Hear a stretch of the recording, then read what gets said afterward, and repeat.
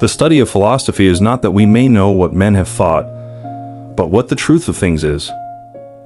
Sorrow can be alleviated by good sleep, a bath, and a glass of wine. Most men seem to live according to sense rather than reason. Wonder is the desire of knowledge. How is it they live in such harmony, the billions of stars, when most men can barely go a minute without declaring war in their minds? Because philosophy arises from awe, a philosopher is bound in his way to be a lover of myths and poetic fables. Poets and philosophers are alike in being big with wonder. I would rather feel compassion than know the meaning of it. I would hope to act with compassion without thinking of personal gain.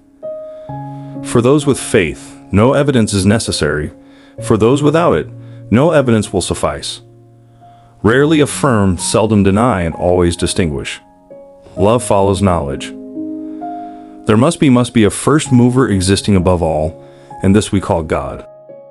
To one who has faith, no explanation is necessary. To one without faith, no explanation is possible. Beware the man of a single book.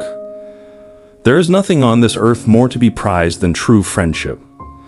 We must love them both, those whose opinions we share and those whose opinions we reject, for both have labored in the search for truth, and both have helped us in finding it.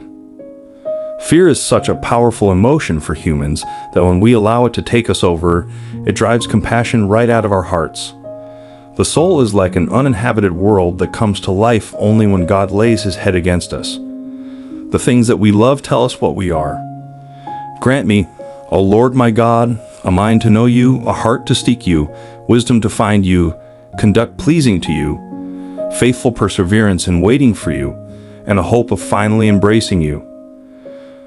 Better to illuminate than merely to shine, to deliver to others contemplated truths than merely to contemplate.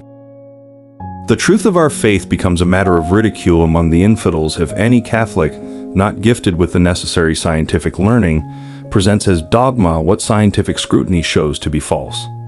Obedience unites us so closely to God that it in a way transforms us into Him, so that we have no other will but His. If obedience is lacking, even prayer cannot be pleasing to God. Friendship is the source of the greatest pleasures, and without friends even the most agreeable pursuits become tedious. We can't have full knowledge all at once. We must start by believing.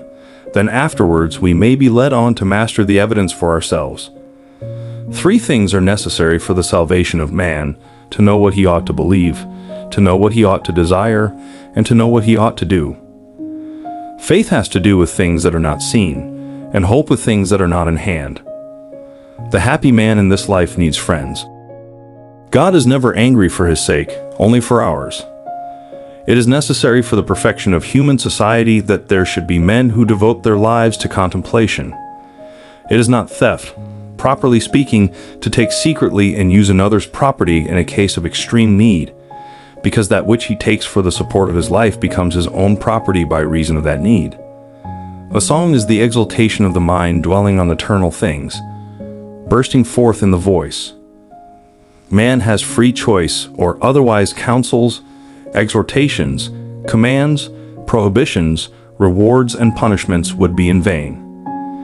Nothing which implies contradiction falls under the omnipotence of God. While injustice is the worst of sins, despair is the most dangerous, because when you are in despair you care neither about yourself nor about others. Man should not consider his material possessions as his own, but as common to all, so as to share them without hesitation when others are in need.